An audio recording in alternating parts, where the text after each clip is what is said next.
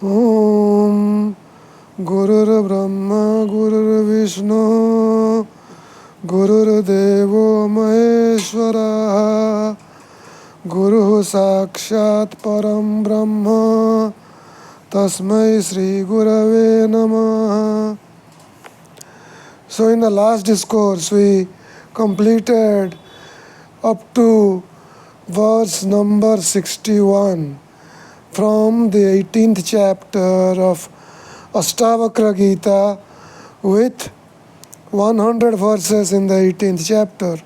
So let's revisit verse number 61, which talks about prabritti and nivritti. Prabritti is mingling with action and nivritti is withdrawal from action. Nivrittirapi mudasya प्रवृत्तिरुपजायते प्रवृत्तिरपि धीरस्य निवृत्तिफलभागिनी. With the muda or the fool, even nivritti or inaction or withdrawal becomes action. Because what he does is he sits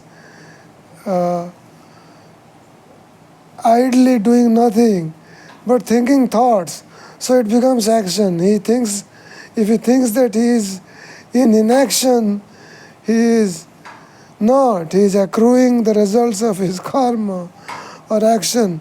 As opposed to that, the dhira or the calm one or the wise one, even action results in the fruit of withdrawal or inaction. Means even if he is doing action, he is not accruing any results of that action because he is already liberated. There is no more rebirth. So rebirth happens if we have to enjoy or suffer the results of our action. But if the result is not there, if action is inaction, then there is no more rebirth. So with the fool, even withdrawal becomes action. Even withdrawal from action becomes action.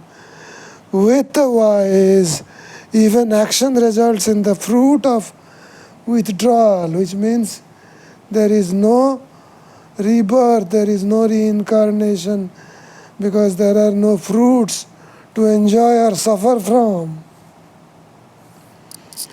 Next verse, 62, sloka number 62.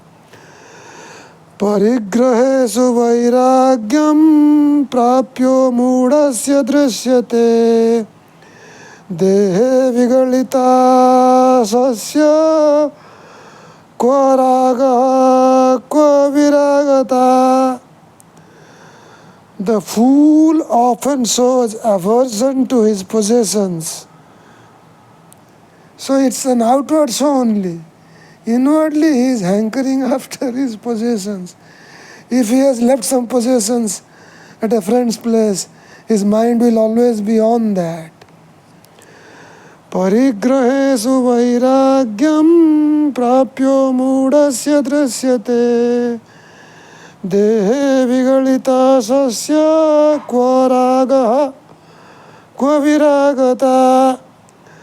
The fool often shows aversion to his possessions, but where is attachment and where is aversion for him, whose love for the body has vanished? See, with the body come the paraphernalia, possessions, etc., relations, possessions. So the mind hankers after them. But one whose love for the body has vanished, there is no such hankering. So by your love for your body, you know how much of a wise person you are. Next verse, 63. Bhavana bhavana sakata drishtir mudasya sarvada bhavya bhavanaya satu swastasya drishti rupini. The view of the fool is always attached to ideation and non-ideation.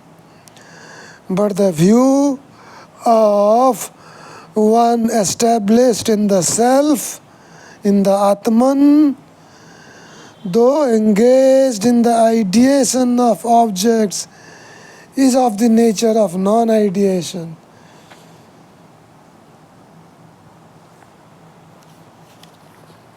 Next verse number 64.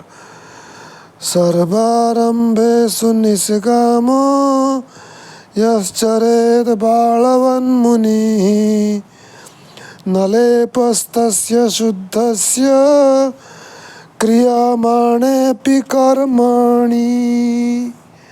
The wise one who has no motive in all his actions moves like a child and is pure, has no attachments even in the action that is being done by him. So there was a term in this verse, kriyamana. Kriyamaneni karmani, it said. Sarvarambhesu nisigamo yaschared balavan muni nalepastasya shuddhasya kriyamanepi karmani. See, no one can survive without kriyamana karma. We saw in the few verses before that karma or action is inaction for a wise person because he is not accruing any more karma. So what is accrual? Accrual is called sanchita karma, the deposited. Now whatever you are enduring in this life is prarabdha karma or your fate. And whatever you are doing right now which is getting deposited to the sanchita is called kriyamana. So everybody does karma and it is kriyamana karma. But what happens with the wise fellow is the wise one who has no motive in all his actions moves like a child and is pure, has no attachments even in the action that is being done by him. So there is no kriyamana karma really for him. In essence, he is doing karma, he is doing actions, but they are not getting accrued into the global pool of sanchita, from which is derived a portion called prarabdha, which results in a future life. One life has one quota of prarabdha. The next life has next quota of prarabdha. And we say that the sanchita is so vast that it cannot be exhausted by withdrawing one quota, one portion of prarabdha, because while enduring prarabdha, you are doing kriyamana karma. You are working continuously. And you are doing karma and that gets deposited to the sanchita. So it gets deposited again and again and it cannot be exhausted. The only way to exhaust it so that all the karma burns to ashes is through jnana or knowledge, which is there in the Gita, the Bhagavad Gita.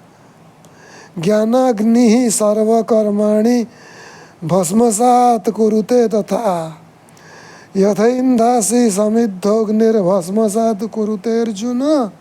Hey Arjuna, like the wood or the ingredients of a yajna burn everything into ashes. The fire burns all the wood and all the ghee that you pour, all the clarified butter that you pour. Everything is burned into ashes in a yajna or a fire sacrifice. Similarly, Jnana Agni, the fire of knowledge, burns everything into ashes. So here, the karma theory is being placidly explained. Sarvarambhesu nisikamo yaschared balavan muni nalepastasya shuddhasya kriyamane karmani. The wise one who has no motive in all his actions, moves like a child and is pure, has no attachments even in the action that is being done by him. Because he has no attachments, he does not suffer. Next verse is verse number 65. Saeva dhanya atmagya sarvabhavesu yaha samaha pasyan srunuvan sprisan jignan asnan nistar samanasa. Blessed indeed is that knower of the self, one who knows the self, the Atmagya. Blessed is that Atmagya, the knower of the self, who, with his mind free from thirst, even though seeing, hearing, touching, smelling, or eating, remains the same under all conditions. In other words, he is not attached. Even when he is hearing, touching, smelling, eating, or seeing, he remains unperturbed, remains the same under all conditions. So what does this mean? This means that when you are seeing a good stuff or a bad stuff, he is same, the placid state.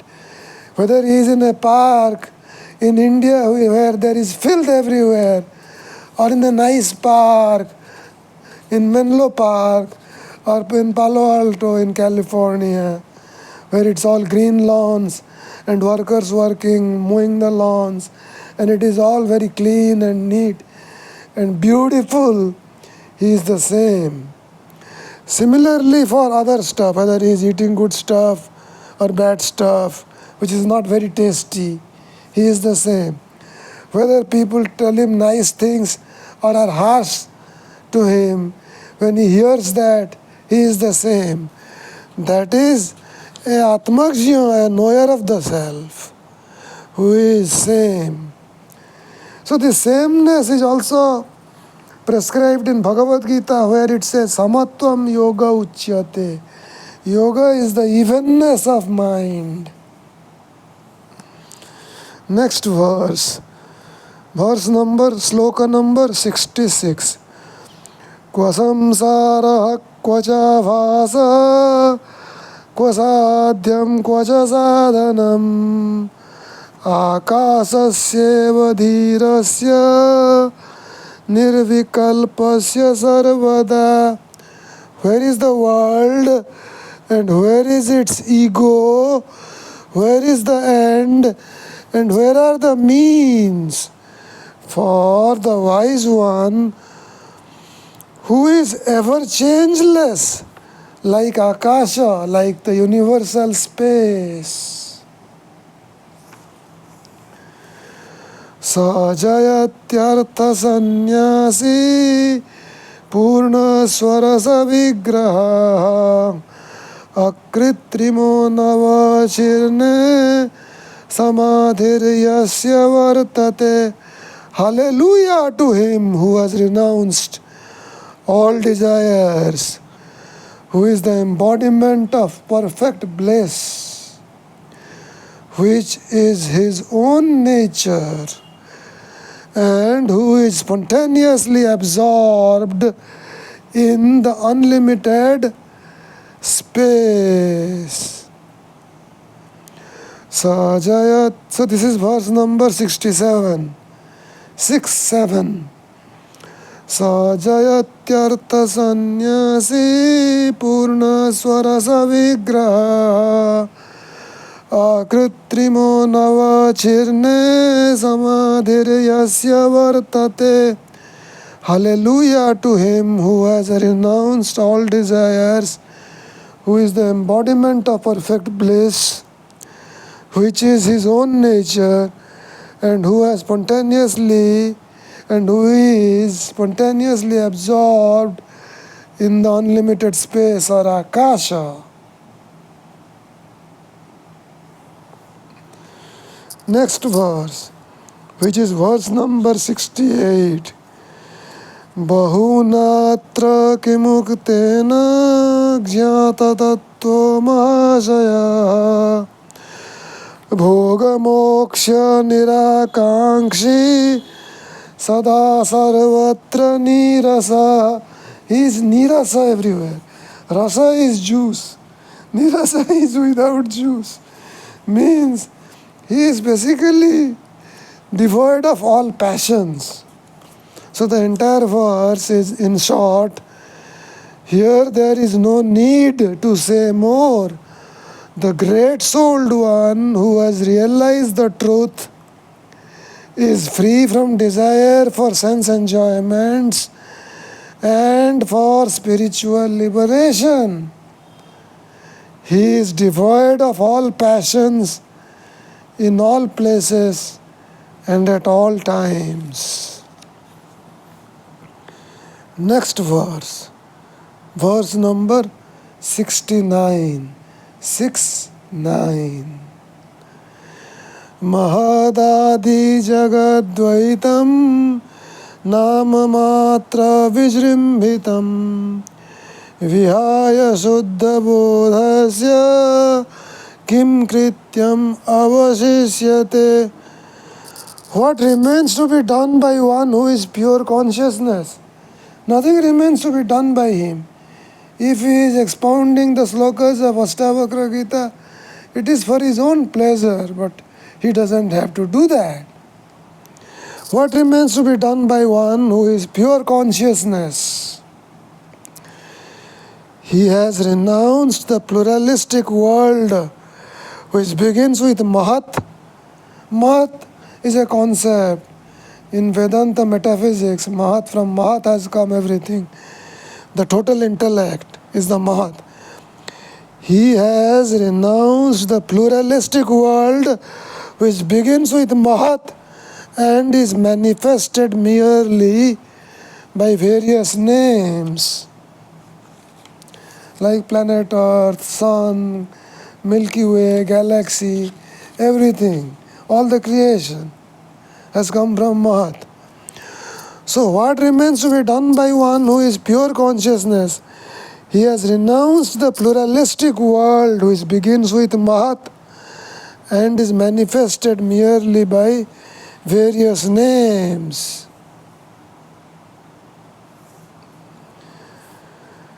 Brahma bhutamidam sarvam kinchir nasti nischai alakhya sphurana shuddha svabhave naiva samyati. The pure one knows with certitude that this universe, I am really adjusting myself a little bit, so I'll repeat the sloka and describe its meaning.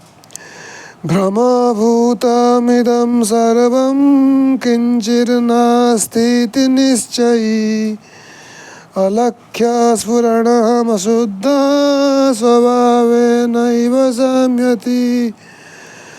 The pure one knows with certitude that this universe is the product of illusion and that nothing really exists. Illusion is Brahma.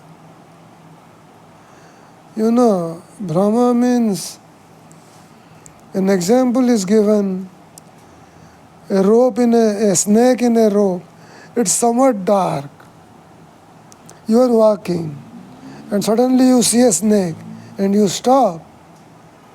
And then you stop and then you see and you see and then you see that the snake is not moving. Then you realize, wow, you throw your torchlight or the light from your mobile phone and see that it's not a snake but a rope. So the snake in a rope is Brahma. Brahma bhutam idam sarvam किंचिर नास्तीति निश्चयी अलक्ष्य स्फुरण शुद्ध स्वभावेनैव samyati. The pure one knows with certitude that this universe is the product of illusion and that nothing really exists. The imperceptible self is revealed to him and he naturally becomes tranquil. What is the imperceptible self?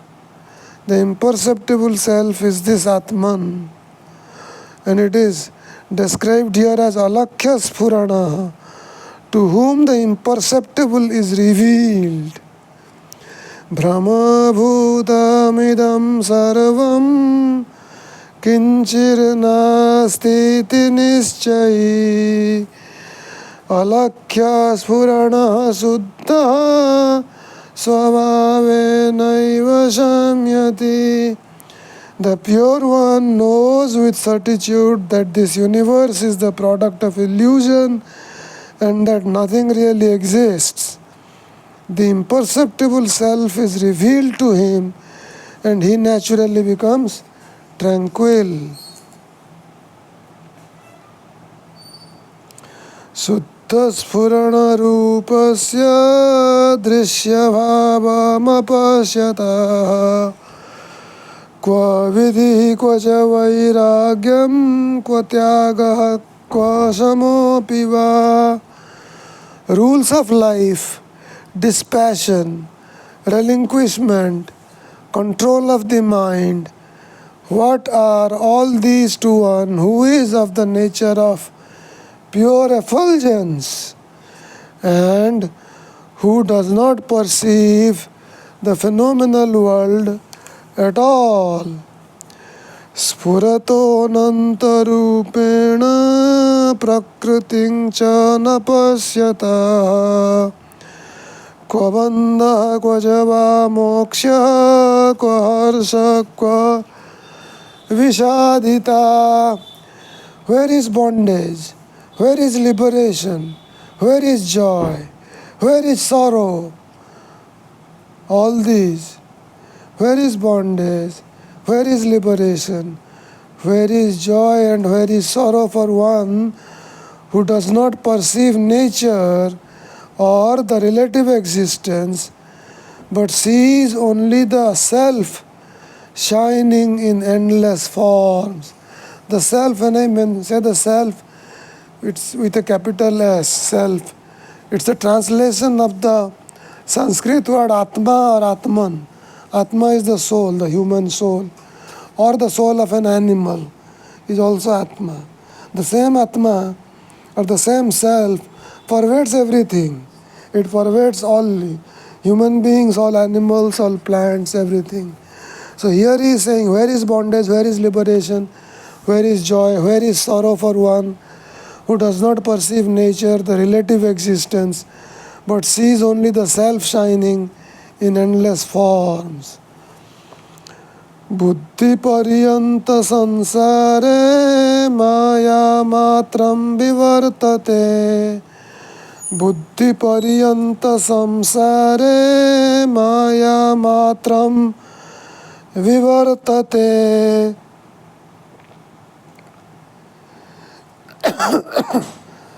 Nirmamo nirahankaro nishgama shobhate buddha.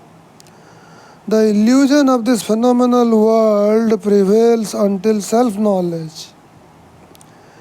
The wise one lives devoid of I-ness,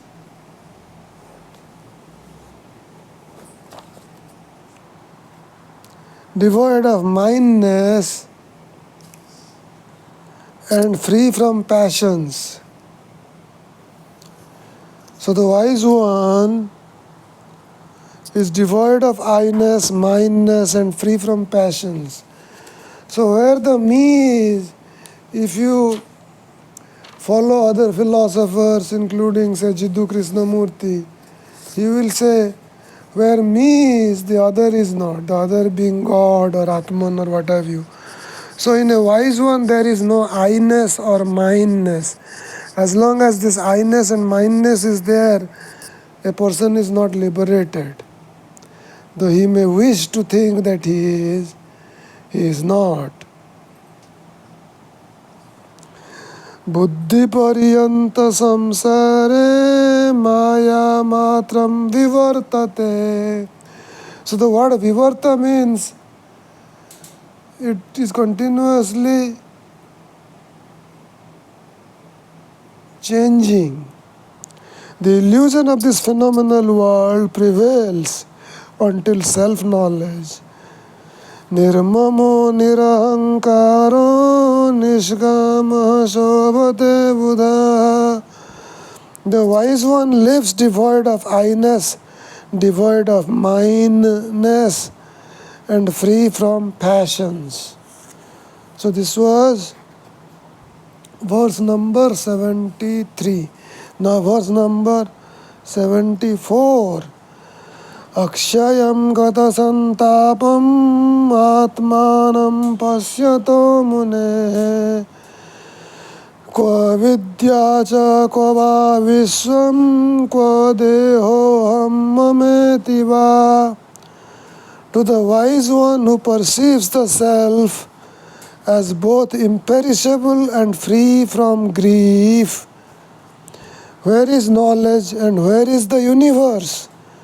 Where is the feeling body am I, or the feeling mine is the body? So there is no body feeling. For a wise one who is liberated and is constantly dwelling in pure consciousness or pure bliss, which is nothing but Brahman. So we say in Vedanta, Satyam, Jnanam, Anantam, Brahma. Truth, knowledge, and infinite is Brahman.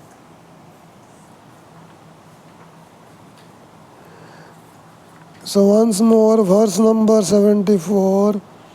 Akshayam gata santapam atmanam pasyato mune kva vidya cha kva va vishwam kva dehoham mameti va.